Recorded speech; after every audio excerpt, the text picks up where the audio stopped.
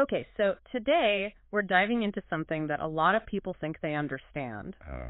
The difference between grand juries and petit juries. Two cornerstones of the American justice system. Exactly. But trust me, it's more nuanced than it seems. I bet. You might be surprised by what you don't know. Looking forward to it. And who knows, this knowledge could come in handy if you're ever called for jury duty. Oh, for sure. Or just want to sound like a legal eagle at your next dinner party. Love it. So we've got these two types of juries, Right? both playing a crucial role in the legal process. Yeah. But what's their real purpose? Mm-mm. It can't just be about having different names, right? Definitely not. Yeah. It all boils down to their function. Okay, I'm listening. A grand jury acts as a filter, A filter. like a gatekeeper to a trial. Okay.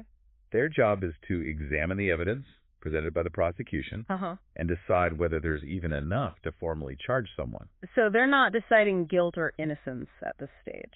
Not at this stage. Just whether there's enough suspicion to move forward. I see. We call that probable cause. Probable cause. A lower standard than beyond a reasonable doubt, which comes into play later. So it's like a preliminary hearing, Yeah, deciding if there's enough smoke to justify looking for a fire, exactly. but not actually putting out the fire yet. A great analogy. And the pet jury or Yeah. trial jury, Right. that's where the real action happens. That's right. They're the ones we see in all those courtroom dramas, Oh, yeah. listening to both sides of the story, Uh-huh. and ultimately deciding the big question, guilty or not guilty in a criminal trial, Yes, or liable or not liable in a civil case. exactly. So grand jury, the gatekeeper, probable cause, Yes. pet jury, the main event, final verdict. You got it. But why the different sizes? Well, It's not just about one jury feeling a bit more grand than the other, is it? well, there's a reason for the size difference, and it's not just about fancy titles. Grand juries are usually made up of 16 to 23 people. Wow, that's a lot of people. Why so many? I don't know why so many. Think about the weight of their decision. Yeah, Potentially bringing serious criminal charges against someone. that's huge.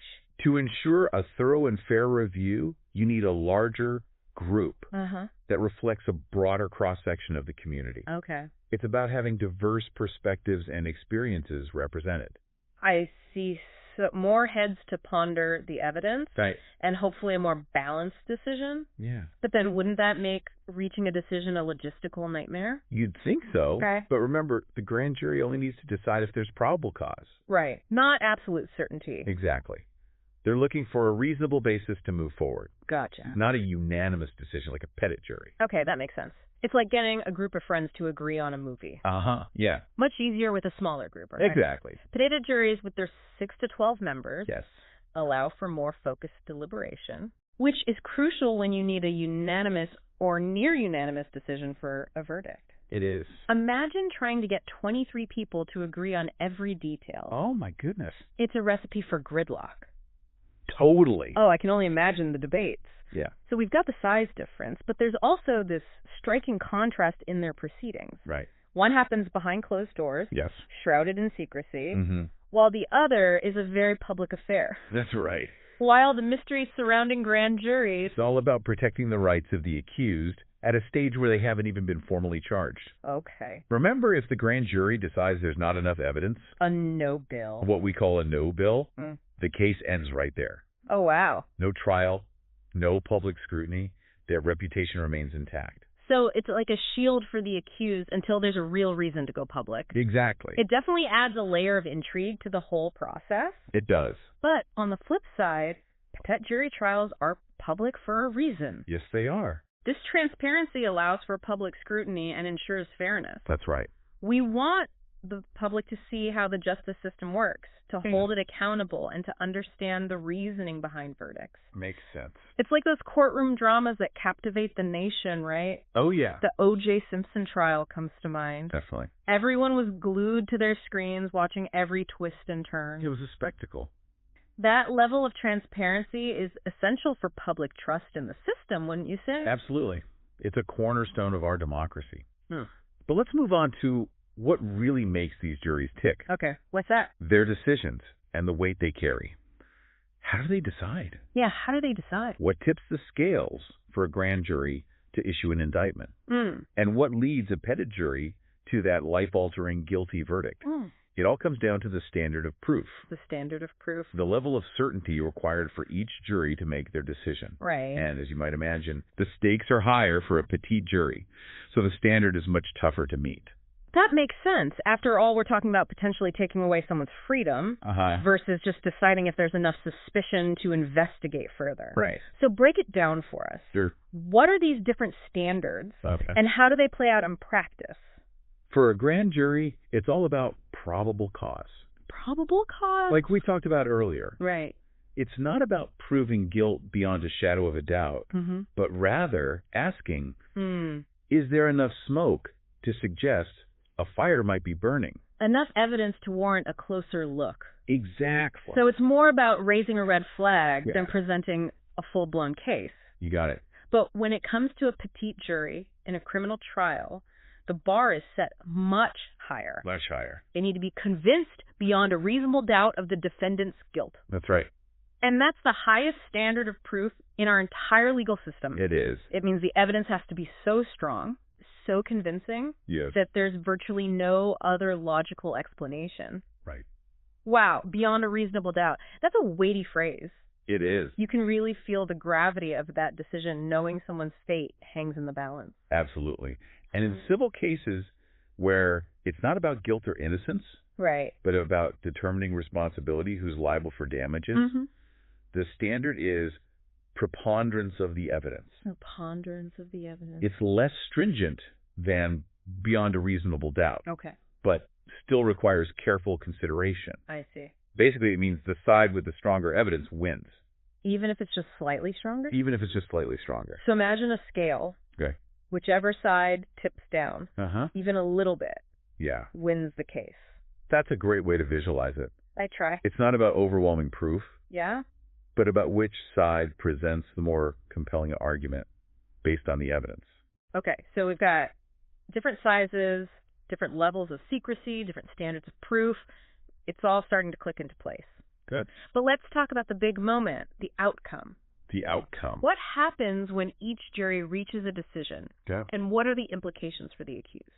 Well, for a grand jury, it's pretty straightforward. Okay.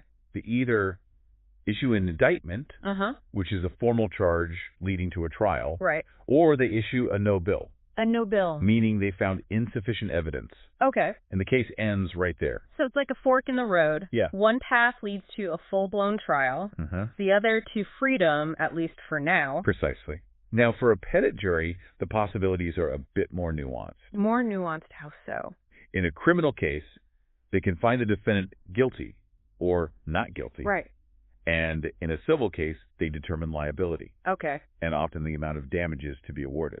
So it's all about making that final call, that weighty judgment based on everything they've heard and seen during the trial? That's right.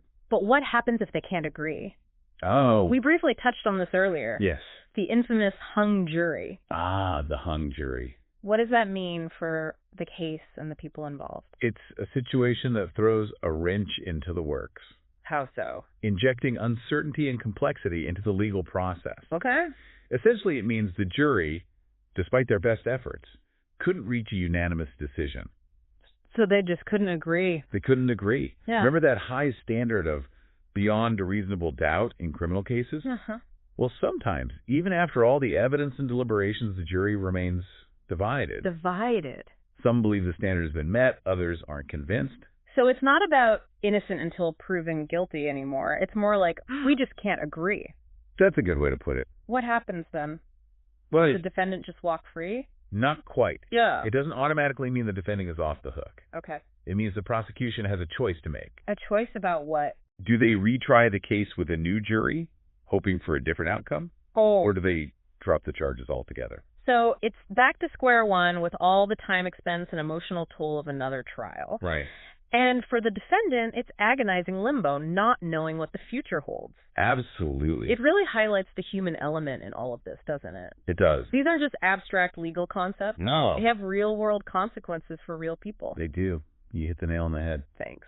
A hung jury reminds us that jury deliberations are not a cold, calculated process. Yeah. It's about real people with their own perspectives and life experiences, grappling with complex evidence weighing different arguments, Right. and trying to reach a consensus that aligns with their understanding of justice. Mm. It's not always easy. No. And sometimes, despite their best efforts, they just can't get there. It makes jury duty seem even more daunting, knowing the weight of those decisions and the potential for disagreement. It is a huge responsibility, no doubt. And it highlights why jury duty is such a vital civic duty. It does.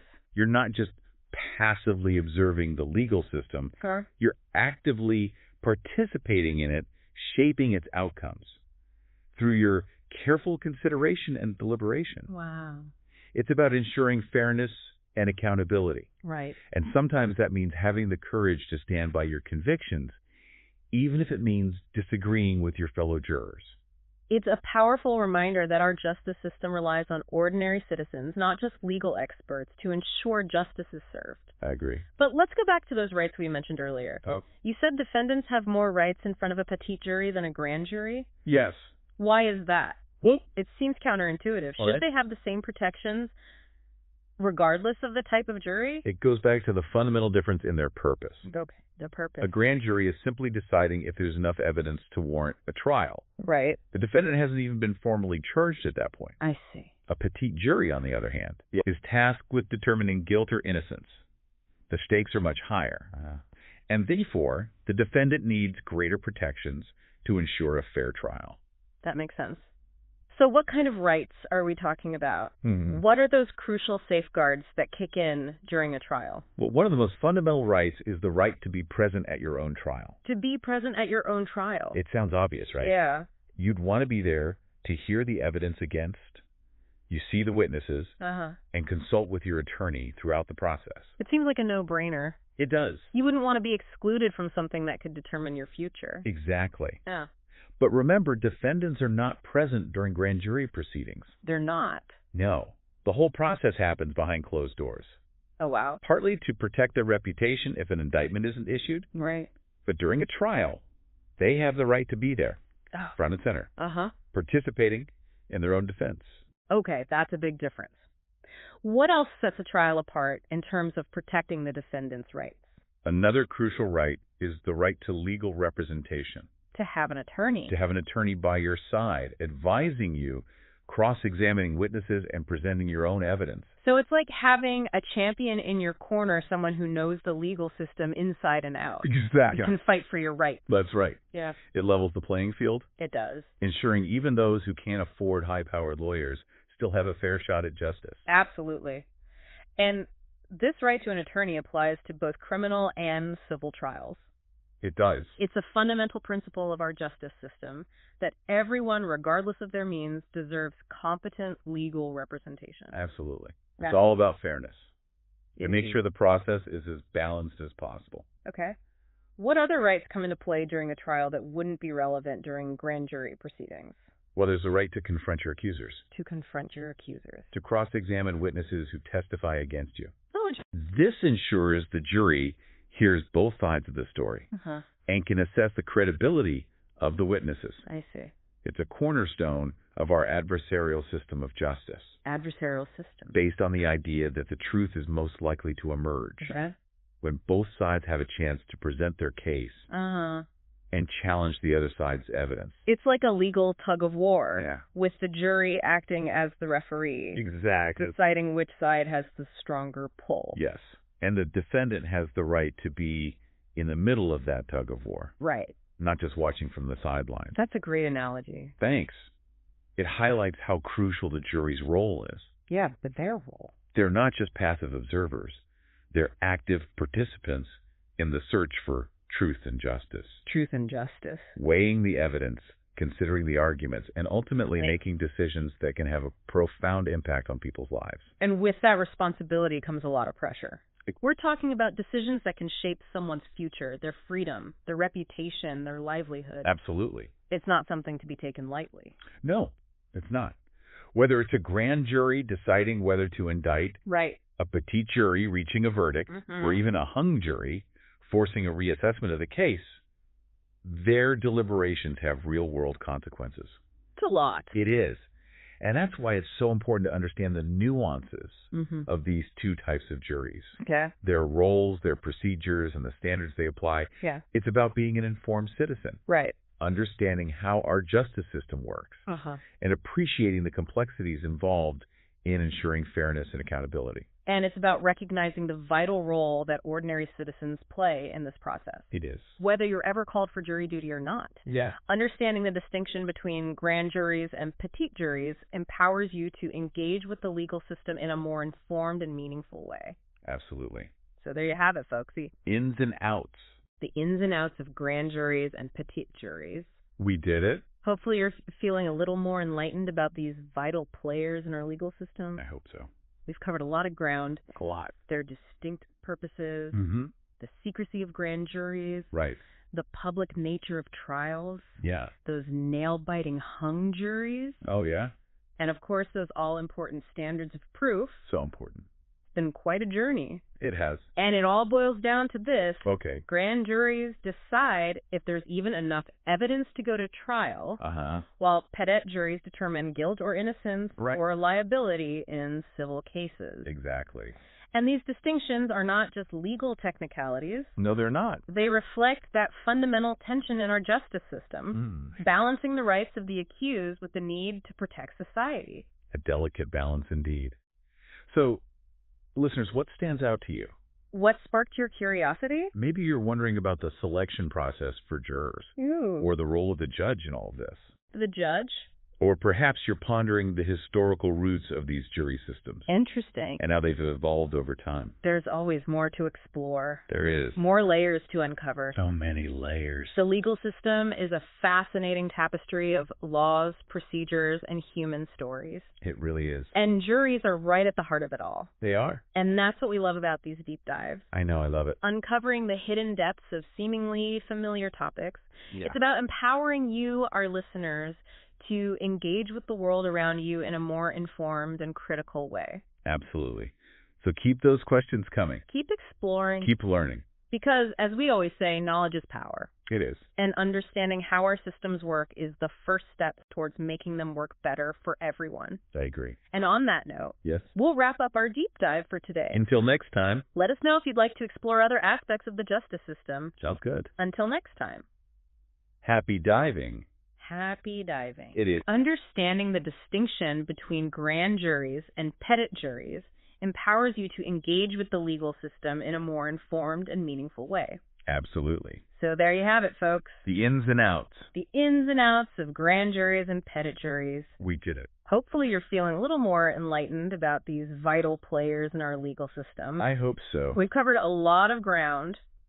A lot. Their distinct purposes. The secrecy of grand juries. Right. The public nature of trials. Yeah. Those nail-biting hung juries. Oh, yeah. And, of course, those all-important standards of proof. So important. It's been quite a journey. It has. And it all boils down to this. Sure. Grand juries decide if there's even enough evidence to go to trial, while petit juries determine guilt or innocence, or liability in civil cases. Exactly. And these distinctions are not just legal technicalities. No, they're not. They reflect that fundamental tension in our justice system, balancing the rights of the accused with the need to protect society. A delicate balance indeed. So, listeners, what stands out to you? What sparked your curiosity? Maybe you're wondering about the selection process for jurors. Ooh. Or the role of the judge in all of this. The judge. Or perhaps you're pondering the historical roots of these jury systems. Interesting. And how they've evolved over time. There's always more to explore. There is. More layers to uncover. So many layers. The legal system is a fascinating tapestry of laws, procedures, and human stories. It really is. And juries are right at the heart of it all. They are. And that's what we love about these deep dives. I know, I love it. Uncovering the hidden depths of seemingly familiar topics. Yeah. It's about empowering you, our listeners, to engage with the world around you in a more informed and critical way. Absolutely. Yeah. So keep